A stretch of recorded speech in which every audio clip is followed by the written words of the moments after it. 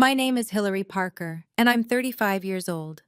When my husband slapped me at our 10th anniversary dinner in front of 50 guests, my parents saw the bruise forming on my cheek and walked away. He raised his wine glass with a smirk. Well-trained family you've got.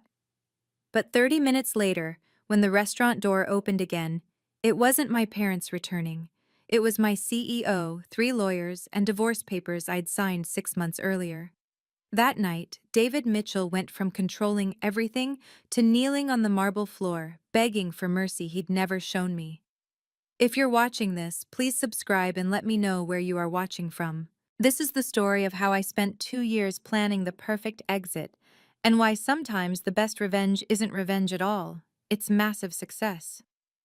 For 10 years, David controlled everything: the bank accounts, the credit cards, even my professional wardrobe budget. You should be grateful, he'd remind me daily. Not many men would support a struggling lawyer like I do. Struggling lawyer. That's what he told everyone. At dinner parties, he'd laugh about his little wife playing lawyer, while his tech startup soared. Our friends would nod sympathetically, like I was a child with a hobby. Even my own sister once said, "You're so lucky David lets you work." Let me work. The truth? I was bringing in 3 times his salary, had been for 3 years. Senior associate at Brennan, Chen and Associates, one of the most prestigious law firms in the country. But I kept my maiden name at work, deposited my bonuses into a separate account he didn't know existed, and let him believe his $200,000 was carrying us. Why? Because the first time I mentioned a promotion, he threw a wine glass at the wall. "Don't embarrass me," he'd said, voice deadly calm as burgundy stained our white kitchen. "Men leave women who emasculate them. Is that what you want? To be 40 and alone?" I learned to make myself small, learned to say, "David's the breadwinner." So often I almost believed it.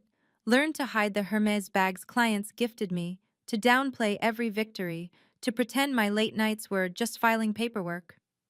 But 6 months ago, everything changed. Margaret Chen, the CEO of our firm, a woman who built an empire from nothing, called me into her office. "Hillary," she said, studying me over her glasses, "how long are you going to let that man dim your light?" I didn't have an answer, but she did. My parents saw everything and chose to see nothing. The first bruise appeared 3 years into our marriage. Mom noticed it at Sunday dinner. A purple bloom on my upper arm where David had grabbed me for laughing too loud at my brother's joke. She pulled me aside in the kitchen, and for one moment, I thought she'd say something. "Honey," she whispered, "you need to learn not to provoke him." Not to provoke him. When I showed up to Christmas with a split lip, David's response to me getting a bonus he didn't know about, Dad took David aside. My heart soared. Finally, someone would defend me. But I heard them laughing minutes later, Dad clapping David's shoulder. "Women, right? They don't understand the pressure we're under." My younger sister Sarah was worse. "At least you have someone," she'd say, scrolling through dating apps. "Do you know how hard it is out there? David's successful, handsome, wants kids. Stop being so dramatic." At company events, David would introduce me as his better half who keeps the home fires burning, while I stood there with 2 law degrees and a case win rate that made partners jealous. My own family would beam with pride. Their daughter had married well. The last straw came 6 months ago at my nephew's birthday party. David backhanded me in the garage for contradicting him about mortgage rates. My mother walked in, saw my face, saw his hand still raised, and quietly closed the door. That night, I made a decision. If my family wouldn't protect me, I'd protect myself. But I wouldn't do it with anger or scenes or pleading. I'd do it with something far more powerful: patience, planning, and the kind of success that couldn't be ignored. If I left David the normal way, I'd lose everything. The prenup he made me sign was airtight. His lawyer buddy made sure of that. Assets divided based on financial contribution to the marriage. Since everything was in his name, since my salary went into accounts he controlled, I'd walk away with nothing. The house? His name on the deed. even though my grandmother's inheritance paid the down payment. The cars? His. Even our daughter Sophie's college fund was technically his investment portfolio. You'll get standard visitation, my first lawyer had said, reviewing the documents. But custody? Unlikely. He's established as the primary provider. Courts favor stability. Stability. David, who'd thrown Sophie's birthday cake against the wall because she'd asked if Mommy could read the bedtime story instead of him. David, who told our 8-year-old that Mommy's job isn't important like Daddy's. But there was one clause buried in page 47 of that prenup.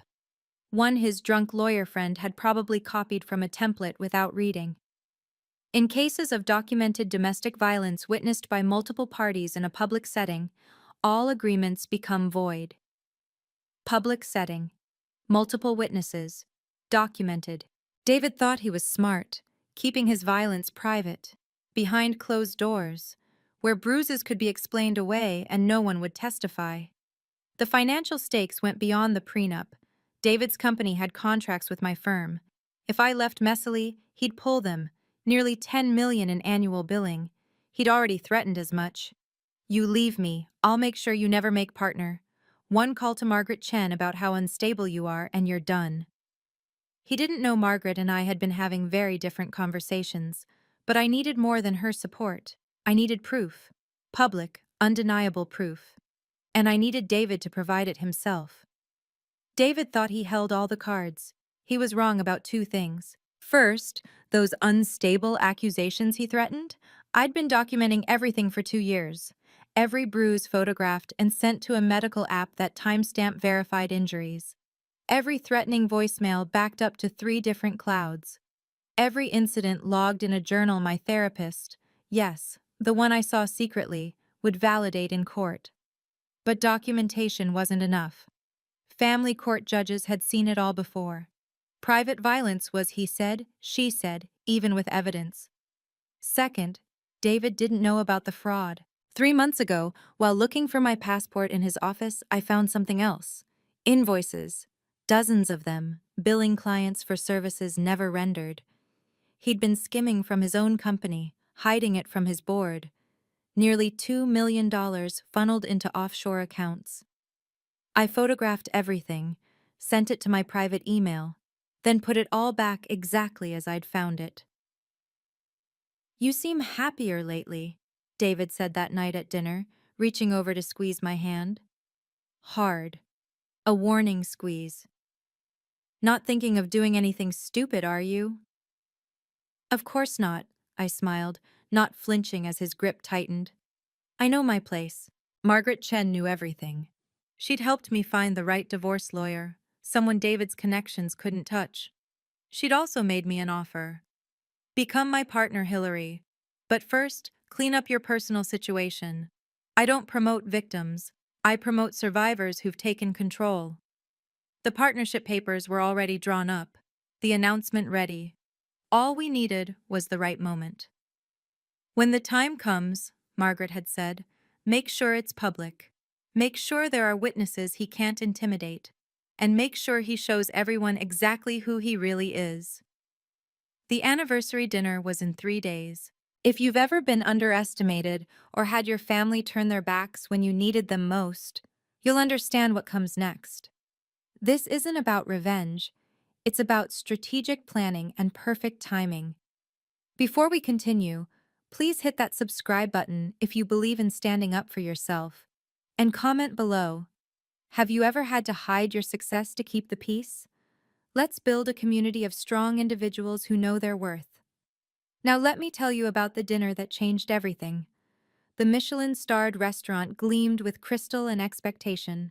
50 guests, all David's choices, his board members, his investors, his college friends who still called me David's girl after 10 years of marriage. He'd placed me at the far end of the table, 7 seats away from him, the spouse corner, where wives smiled and said nothing. Sophie was with my mother. David insisted no children at his celebration.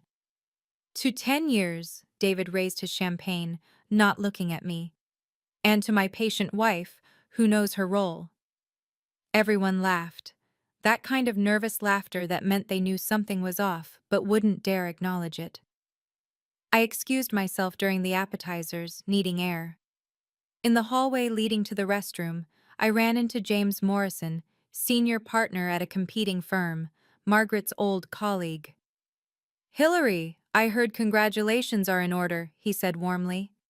"Margaret's been singing your praises. That Henderson acquisition was brilliant." "Thank you." I smiled, genuinely happy to see a friendly face. "How's the Richmond case going?" We talked for maybe 3 minutes. Professional courtesy, nothing more. But when I turned to head back, David stood in the doorway, his face dark. The entire restaurant could see us. He grabbed my wrist, yanking me toward the dining room. "Flirting with Morrison?" his voice carried. "At our anniversary dinner?"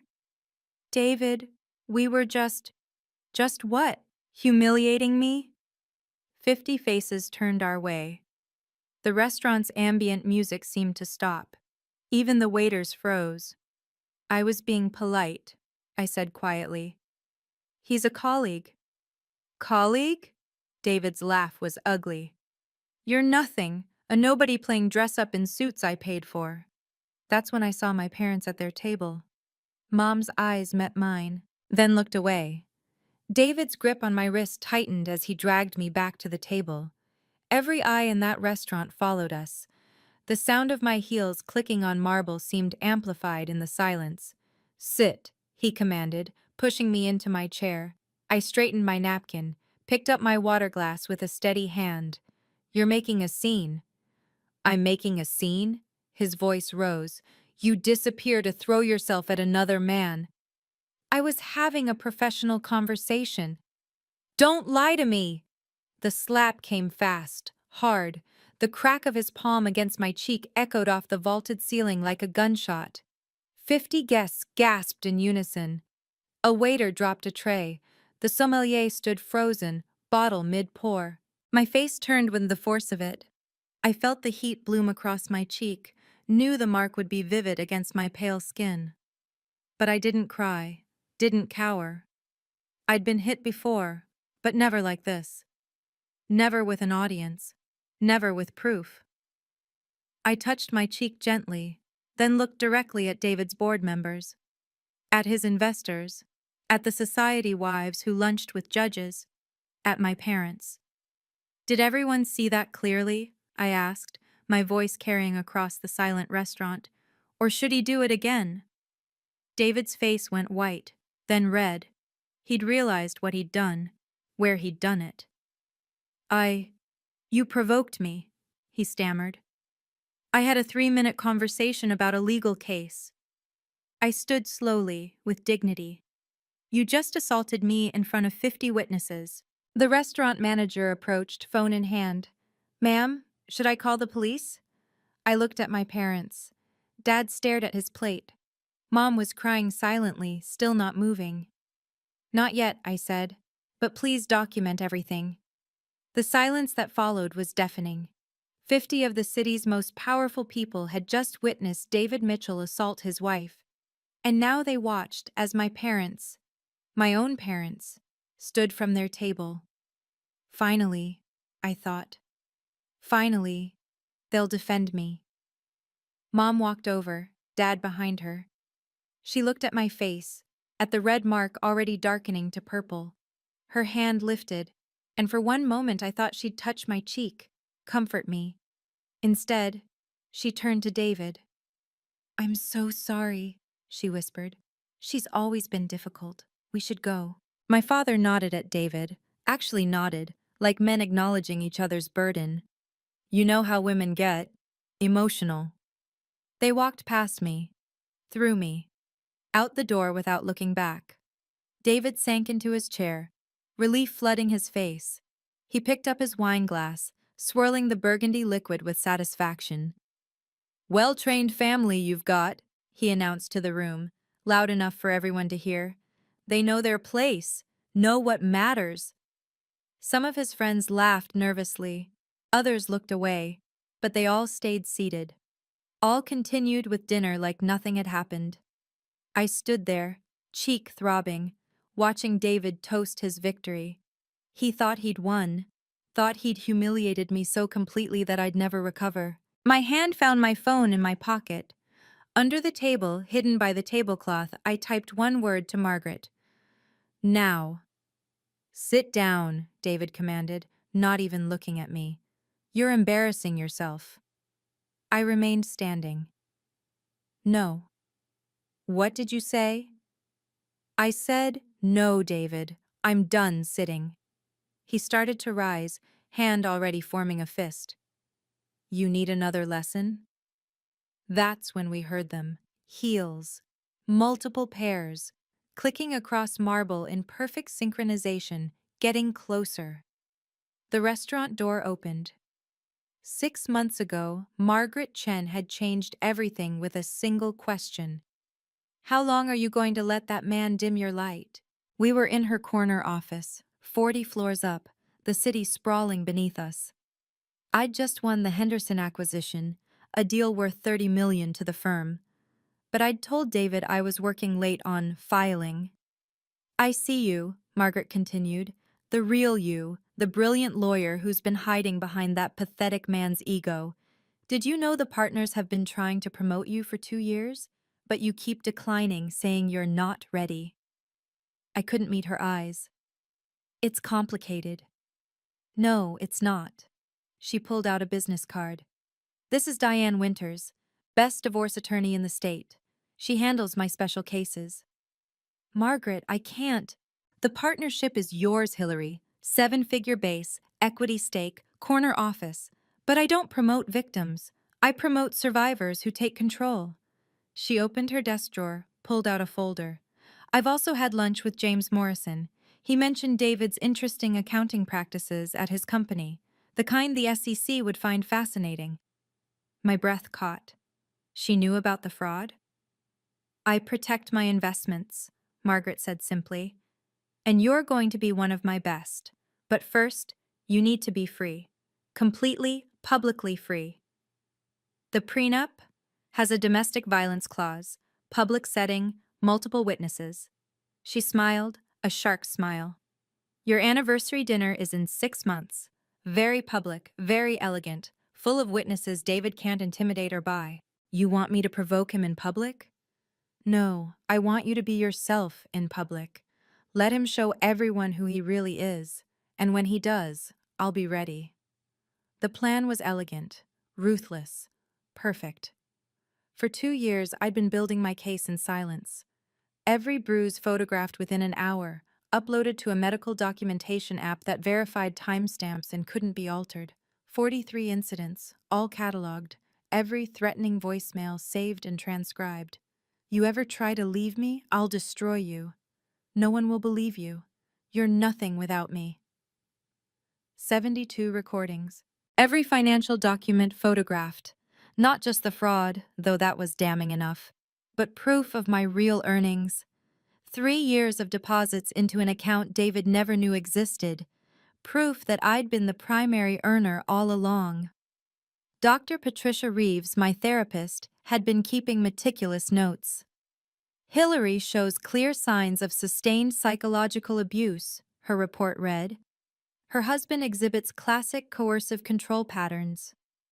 But the masterstroke was the house. David thought it was in his name. He'd never actually read the deed, never noticed that my grandmother's trust had purchased it, with me as beneficiary. His name was on the mortgage, yes, but not the ownership.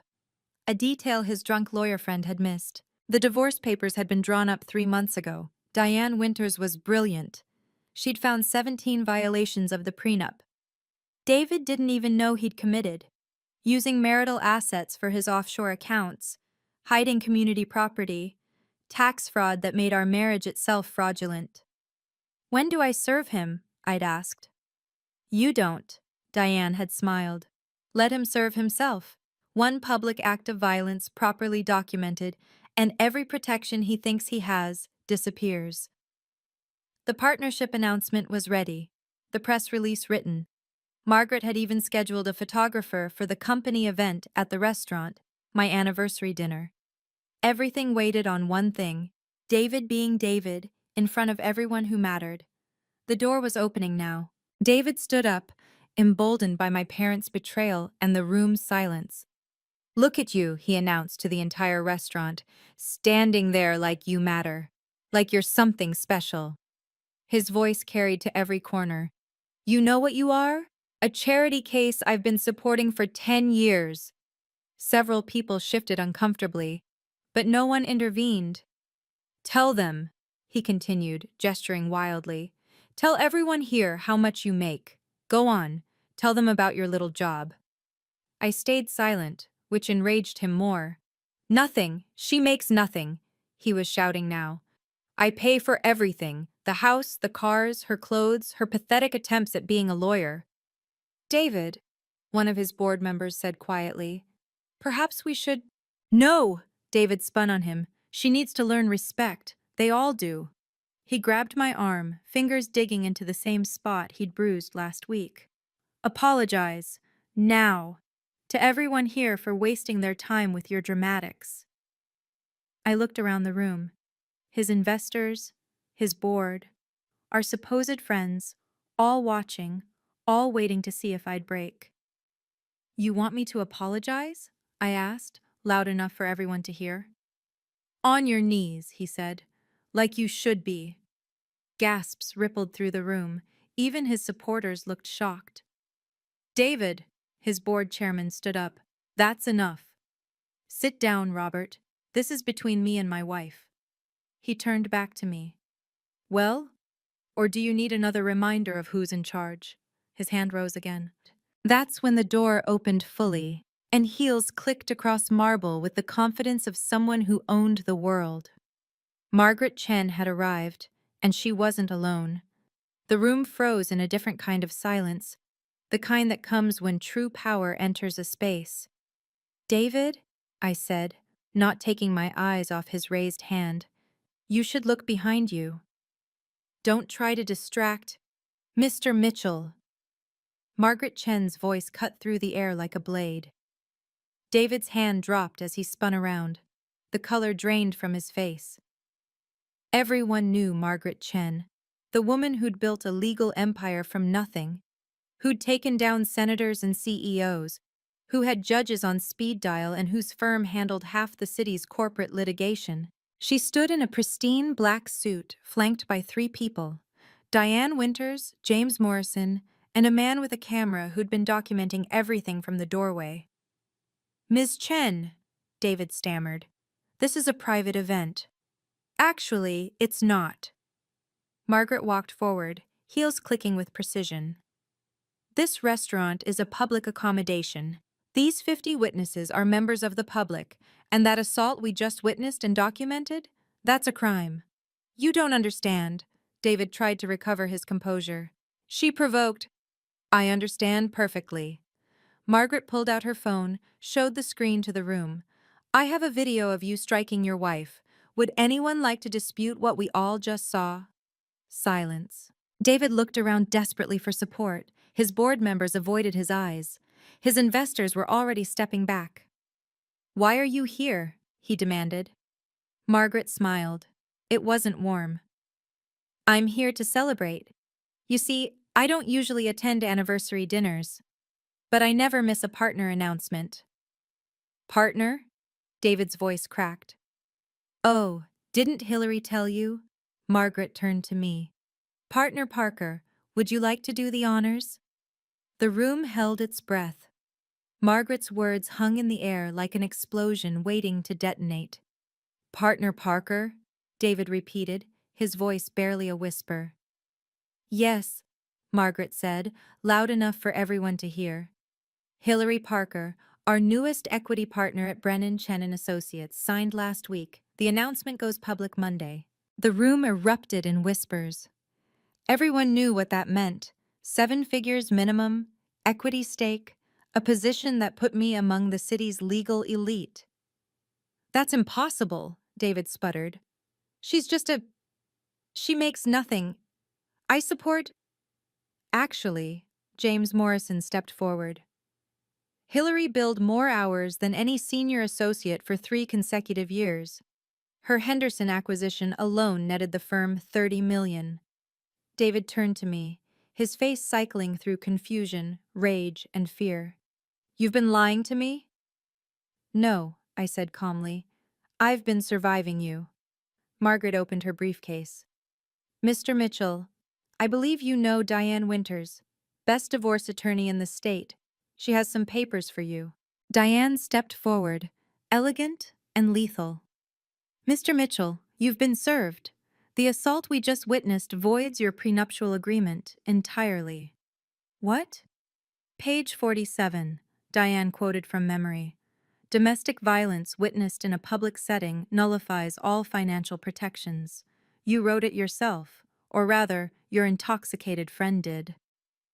David grabbed the papers, scanning frantically. His hands shook. The house, he demanded, was never yours, I said. Check the deed. My grandmother's trust owns it.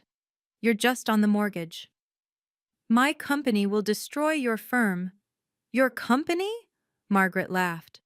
The one being investigated for fraud? The one whose board is about to receive some interesting invoices? David went white. He looked at his board members who were already backing away, phones out, making calls. No, he whispered. Yes, I said. The look on David's face at that moment was priceless.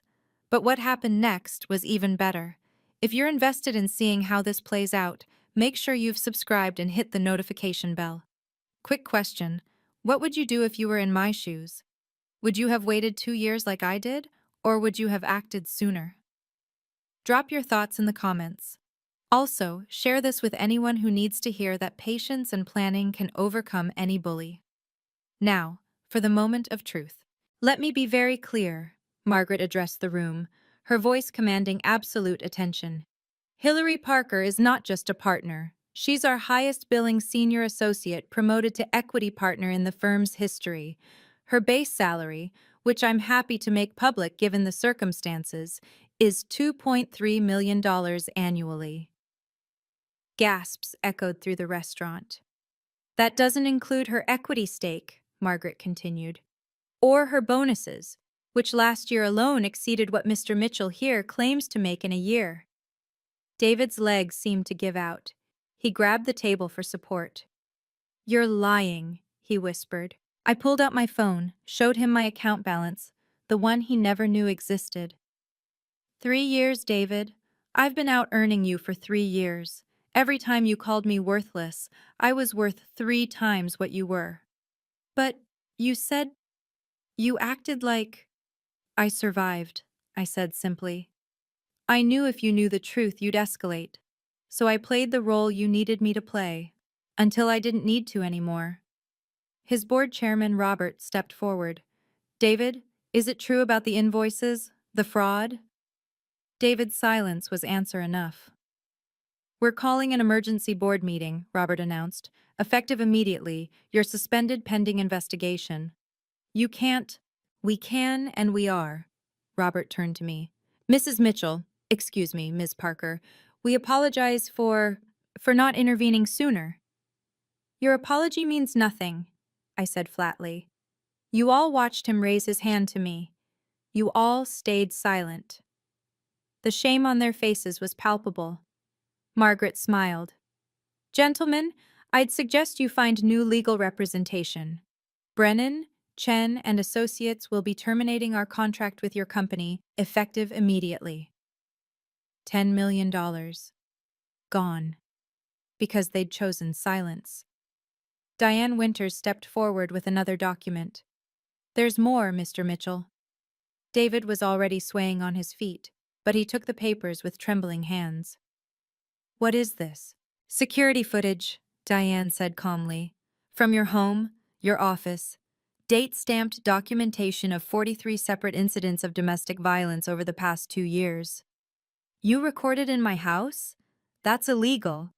Actually, it's not, I interjected. It's my house, remember? My grandmother's trust owns it. I can record whatever I want in my own home. Diane continued.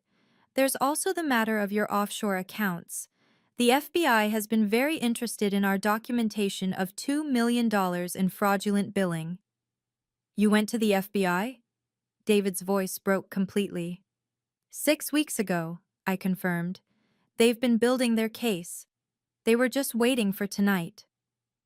As if on cue, two men in dark suits entered the restaurant, FBI badges visible. Mr. Mitchell, we need you to come with us for questioning. David looked around wildly. His friends, his board, his investors, everyone had stepped back, creating a circle of isolation around him. Hillary, please! He dropped to his knees suddenly, grabbing at my dress. Please don't do this. I'm sorry. I'll change. I'll get help. I stepped back, removing his hands from my dress. You're sorry you got caught. There's a difference. Think about Sophie, our daughter. I am thinking about her, I said. I'm thinking about how she'll never watch her father hit her mother again. How she'll grow up knowing that actions have consequences. You're destroying me. No, David. You destroyed yourself. I'm just refusing to hide it anymore. The FBI agent stepped forward. Mr. Mitchell, please come with us. Before the FBI agents could reach him, Diane pulled out one final document. One more thing, Mr. Mitchell. The divorce papers you're holding?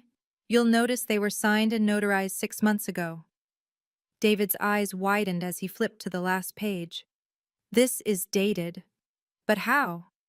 Legal separation can be filed unilaterally in this state, Diane explained. We filed 6 months ago. We were just waiting for tonight to serve you publicly, with cause. The prenup protection you thought you had? Gone the moment you struck her, she continued. The house? Hers. The joint accounts? Frozen as of...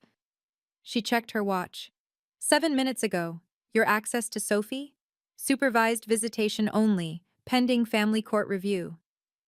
You planned this, David whispered, looking at me with dawning horror. You planned everything. For 2 years, I confirmed.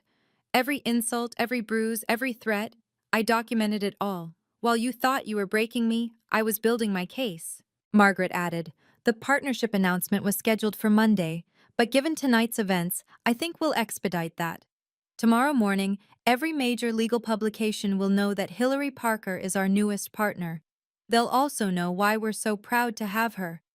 David was on his knees looking up at me, the position he'd wanted me in just minutes ago. Please, he begged. I have nothing without you. You're right, I said. You have nothing. But that's not because of me. It's because you built nothing real. Your success was built on my silence, your company on fraud, your reputation on fear. The FBI agents moved in. Mr. Mitchell, we need to go. As they helped him to his feet, David looked back one more time. I loved you. No, I said. You loved controlling me. You never knew the difference. The FBI agents escorted David out in handcuffs. The entire restaurant watched in stunned silence as the man who'd dominated the room minutes ago was led away like a common criminal, which, as it turned out, he was. Ladies and gentlemen, Margaret addressed the room, what you've witnessed tonight is what happens when domestic violence meets legal consequences. I trust you'll all be willing to provide statements to the police. It wasn't a question. The restaurant manager approached with 2 uniformed officers. Ms. Parker, we've documented everything. The security footage is already saved and backed up. Would you like to press charges? Yes, I said clearly. Assault, battery, criminal threatening, all of it. One officer began taking statements while the other approached me. Ma'am, we'll need you to come to the station tomorrow to file the full report. But given the number of witnesses and video evidence, he'll be held without bail pending arraignment. My phone buzzed. 3 of David's biggest clients had already sent termination notices to his company email. Word traveled fast in our circles. Robert, David's board chairman, approached hesitantly. Ms. Parker, I need you to know, we're conducting a full audit tomorrow. Any funds that were inappropriately taken will be returned. The FBI gave us a preliminary report and it's worse than we thought. That's between you and the authorities now, I said dismissively. He nodded and retreated. Around the room, David's supporters were making quiet exits, their shame palpable. His investors were on phones with lawyers. His friends wouldn't meet my eyes. "Hillary," Margaret said softly, "you did beautifully. How do you feel?" I touched my bruised cheek, felt the sting that would fade in days, but the freedom? That would last forever. "I feel like myself again." I stood in the center of that elegant restaurant, 50 witnesses around me, and felt something I hadn't experienced in a decade. Power. Not power over others, but power over my own life. Margaret placed a hand on my shoulder. "Partner Parker, would you like to say something to the room?" I looked around at the faces, some ashamed, some shocked, some quietly supportive. My parents' empty chairs seemed to echo with their absence. "Yes," I said, my voice steady and clear. "For 10 years you all watched. You saw the signs, the careful makeup covering bruises, the way I flinched when he moved too fast, the excuses I made, and you chose comfort over conscience." Several people looked away. "I don't need your apologies now. What I need is for you to remember this moment the next time you see someone struggling in silence, the next time you witness abuse and think it's not my business, because your silence makes you complicit." I picked up David's abandoned champagne glass, still full. "But tonight isn't about you or your guilt. It's about new beginnings." I raised the glass. "To Hillary Parker, equity partner. To Sophie Parker, who will grow up seeing her mother's strength, not her father's fists. And to every woman in this room who's been told to make herself smaller to make a man feel bigger." A few women raised their glasses, then more. Soon, even the men were toasting, though their discomfort was obvious. "One more thing," I added. "My grandmother used to say, when someone shows you who they are, believe them. David showed you all who he was tonight. But more importantly, I showed you who I am. Believe that too." Margaret started clapping. Slowly, others joined. Not everyone, but enough. Within a week, David's empire crumbled completely. The FBI investigation revealed more than just $2 million in fraud. It was closer to 5. His board voted unanimously to remove him, then discovered he'd been using company funds for his offshore accounts. The civil lawsuits started immediately. His company's valuation dropped 60% overnight. 3 major investors pulled out. 7 clients terminated contracts. By Friday, bankruptcy lawyers were circling like vultures. "He's been denied bail," Diane informed me over coffee. "The judge considered him a flight risk, given the offshore accounts. Trial's set for March." "What's he facing?" "Federal fraud charges, 15 to 20 years. State assault charges, 2 to 5. Plus the civil suits from his investors." She smiled. "He'll be lucky to have bus fare when this is over." The social consequences were equally swift. The country club revoked his membership. His name was removed from 3 charity boards. The business journal that had featured him as Entrepreneur of the Year ran a new story: "The Fall of David Mitchell, a case study in fraud and domestic violence." But the most satisfying consequence came from an unexpected source. "Ms. Parker?" A young woman approached me at the courthouse. "I'm Jennifer Walsh. I was David's assistant for 2 years." I recognized her, the girl who always looked terrified when David was around. "He did it to me, too," she said quietly. "The verbal abuse, the threats. I have recordings, emails. I want to testify." By the end of the week, 4 more women had come forward. Former employees, a junior investor he'd propositioned, a bartender he'd grabbed at a company party. David Mitchell wasn't just a fraud and an abuser. He was a serial predator whose power had finally run out. My parents showed up at my office 3 days after the dinner. "Hillary, sweetheart," Mom started, tears already flowing. "We had no idea it was that bad." "You saw him hit me," I said, not looking up from my files. "You walked away." We thought if we didn't make a scene it would calm down," Dad said. "We were trying to help." "No." I finally looked at them. "You were trying to avoid embarrassment.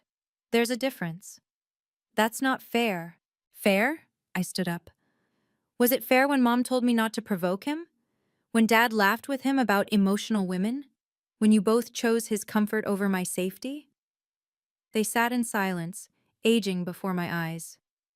We failed you, Mom whispered. We failed our daughter. Yes, you did. Can you forgive us? I thought about it. Really thought about it. Someday. Maybe. But forgiveness doesn't mean forgetting. And it doesn't mean trusting you again. What can we do? Therapy, both of you.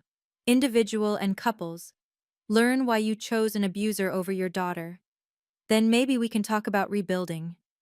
They agreed immediately, desperately. My sister Sarah was different. She came to my new apartment, mine alone for the first time in a decade, with wine and apologies. I was jealous, she admitted.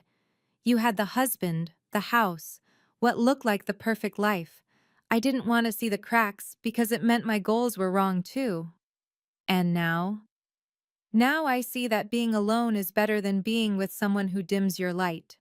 She raised her glass. To my badass sister who took down David Mitchell. We drank to that. To truth over comfort. To strength over silence. 6 months later, partner Parker was unstoppable. I won 3 major cases in rapid succession, including a landmark discrimination suit that set new precedents. My client base tripled.